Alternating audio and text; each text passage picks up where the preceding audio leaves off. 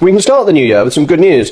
The Daily Mail reports that support for digital ID cards has collapsed from 57% when Starmer first came up with the idea to 38%, with opposition now at 47%. Well, I am in that 47%. I'm strongly opposed to digital ID cards. They are a rotten idea and a fundamental threat to our liberty. The idea that we had floated over Christmas, that newborn babies would immediately be given a digital ID, is just as sinister, if not worse. I got a new dog over Christmas, a Dalmatian, and that has to have a microchip in it. Horses have to have a microchip in them. Perhaps next, babies will have to have a microchip in them to go with their digital ID, because what you can track, you can trace, and what you can trace, you can control. And that's why governments want to do this. It is not that they wish to provide us with marvellous services. It's not to make using the NHS easier. It is about control. Just think of the farmers' protest on the budget day. Just before they arrived, they were told they weren't allowed to bring their tractors. Some of them ignored this and bravely brought their tractors into the centre of London. How much easier would it have been to stop them if they had digital IDs and could be traced, stopped safely away from where they wished to protest? The opposition to a bad law, on which the government has now U-turned, could have been further reduced and watered down by aggressive control, because once they can track, they can trace, and once they can trace, they can control, and therefore stop the protest before it reached London, therefore denying the people who were opposed to a particular policy the publicity that turning up in their tractors brought them, and indeed the public sympathy they got when the police started arresting farmers for being in tractors, when they'd allowed Palestinian protests week in, week out that seemed to have no control supplied to them at all. So ID is about control, it's not about being helpful.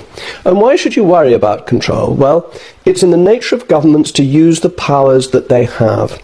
Think of the enormous increase in fines issued to motorists for very minor speeding offences, for doing 20-odd miles an hour, 24 miles an hour in a 20 zone, zones that historically were 30 miles an hour.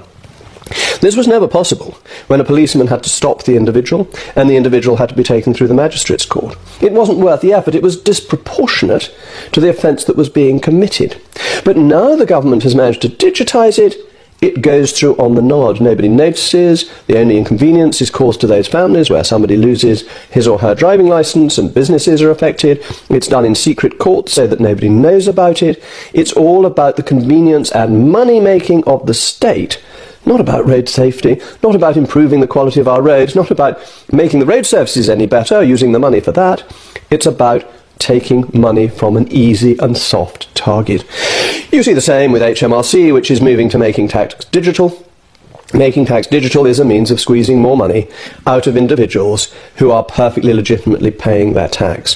Why is HMRC so insistent upon IR35? It's because it thinks taxpayers are always trying to cheat them. It has no idea that most people who start a business often start as consultants to the business they used to work for, that is the way of building up entrepreneurial activity and employment within this country.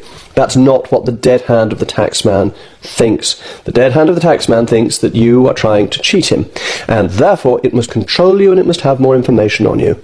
And digital ID will be used in this way. It will be used to find out what people are up to, so that the state can snoop on you more.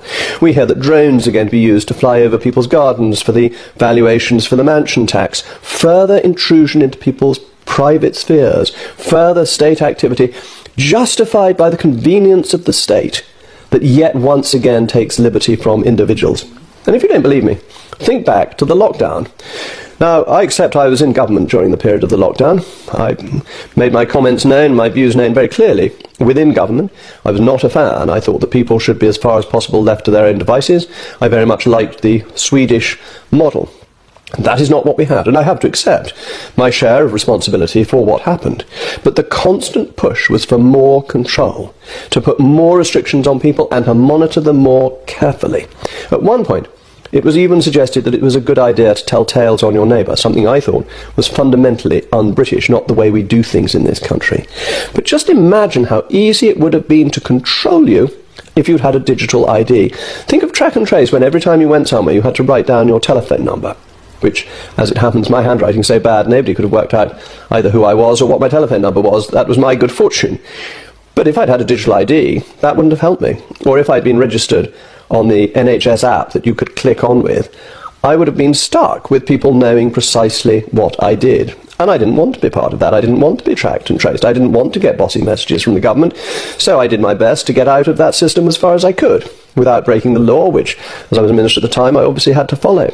Digital ID, they would have known everywhere that you went, that hour of exercise that you were allowed to take. They'd have been able to tell. Think how much more oppressive lockdown would have been had the government known all of that. And that's why digital ID is such a bad idea, because it is not about the convenience of the individual, it's about the convenience of the state. And why am I in politics? Why did I stand for Parliament? I stood for Parliament because I believe that the state is there to help individuals lead the lives they want to lead. I don't think it's there to tell you how to lead your life. I don't want digital ID there to monitor your electricity and your gas usage, to tell you that you're not being very green, or to monitor how much you put out for recycling on the same basis. I don't want it to tell you that you've bought an extra bottle of gin when it's Christmas and that may not be good for your liver. That is not the type of state I want. And the only way to stop the state getting like that is simply to stop it having the power to do it. If it doesn't know where you are or who you are, it finds it much harder to control you. It's why it was much harder in the UK to enforce the onerous lockdown restrictions than it was in some continental countries or in some Asian countries, which have much more detailed information on what citizens are up to. To defend our liberty, we can't allow the argument of efficiency to outrun, to outgun, to override the argument of liberty. Liberty must come first and efficiency second.